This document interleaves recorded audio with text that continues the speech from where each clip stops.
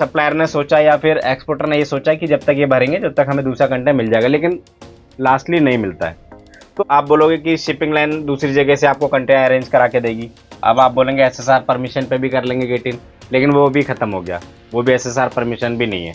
Hello नमस्कार दोस्तों, देखिए इस वीडियो में आपको मैं कुछ बताने वाला नहीं हूँ, लेकिन आपसे कुछ पूछने वाला जरूर हूँ। तो पूछने वाला क्या हूँ कि अगर हमारी कुछ ऐसी सिचुएशन फंस जाए, जैसे मैं आपको बता देता हूँ। पहले हमारी एक बुकिंग है, ठीक है, 1 बुकिंग, और कंटेनर है इसमें 5, ठीक है, 5 कंटेनर है। तो ये कंटेनर्स हम लोगों ने जो शिपिंग लाइन की प्लानिंग है उस हिसाब से लिया, और ये कंटेनर जा रहे हैं नवा शिवा टू न्यूयॉर्क, ठीक है।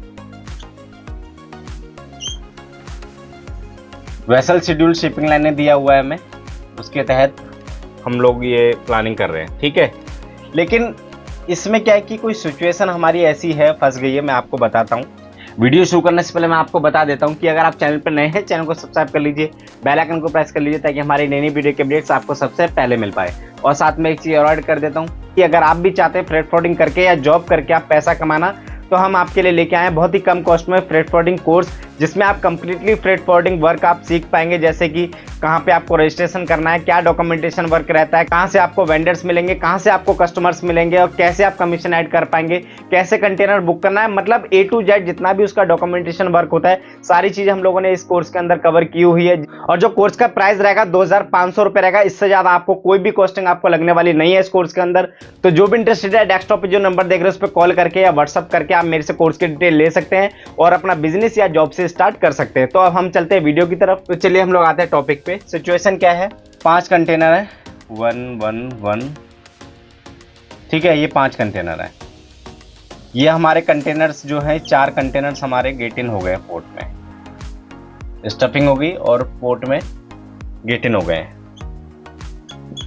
जो उसका cut off timing shipping line ने दिया हुआ है, उसके हिसाब से हम लोगों ने, उससे पहले हम लोगों ने इसको गेट इन कर दिया है।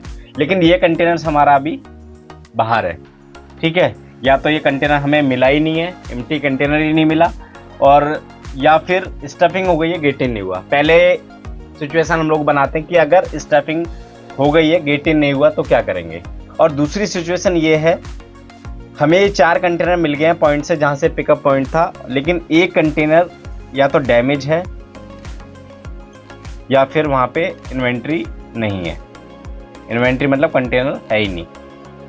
तो आप बोलेंगे शिपिंग लाइन बुकिंग देगी ही नहीं। कई बार ऐसा होता है कि शिपिंग लाइन को इन्फॉर्मेशन रहती है कि हाँ कंटेनर्स हैं, बट वहाँ पे क्या होता है, या तो कंटेनर डैमेज होता है या फिर नहीं होता, मतलब किसी कारण कंटेनर नहीं है। कई बार ऐसी सिचुएशन फंस जाती है, ठीक है। तो उस कंडीशन में आप क्या करोगे, या तो आप बोलोगे कि शिपिंग लाइन दूसरी जगह से आपको कंटेनर अरेंज करा के देगी, ठीक है। मान लो दूसरी जगह से भी कंटेनर अरेंज करा दिया, लेकिन इसका जो पोर्ट कट ऑफ है वो बंद हो गया, कंटेनर गेट इन नहीं हुआ, ठीक है।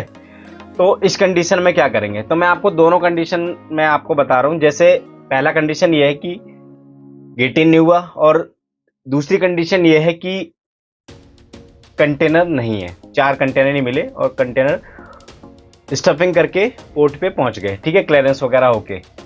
और एक कंटेनर सप्लायर ने सोचा या फिर एक्सपोर्टर ने ये सोचा कि जब तक ये भरेंगे जब तक हमें दूसरा कंटेनर मिल जाएगा, लेकिन लास्टली नहीं मिलता है। तो आप मेरे को ये बताओ कि इस कंडीशन में आप लोग क्या करेंगे। पहली सिचुएशन जैसे मैंने आपको बताई, कंटेनर्स नॉट अवेलेबल,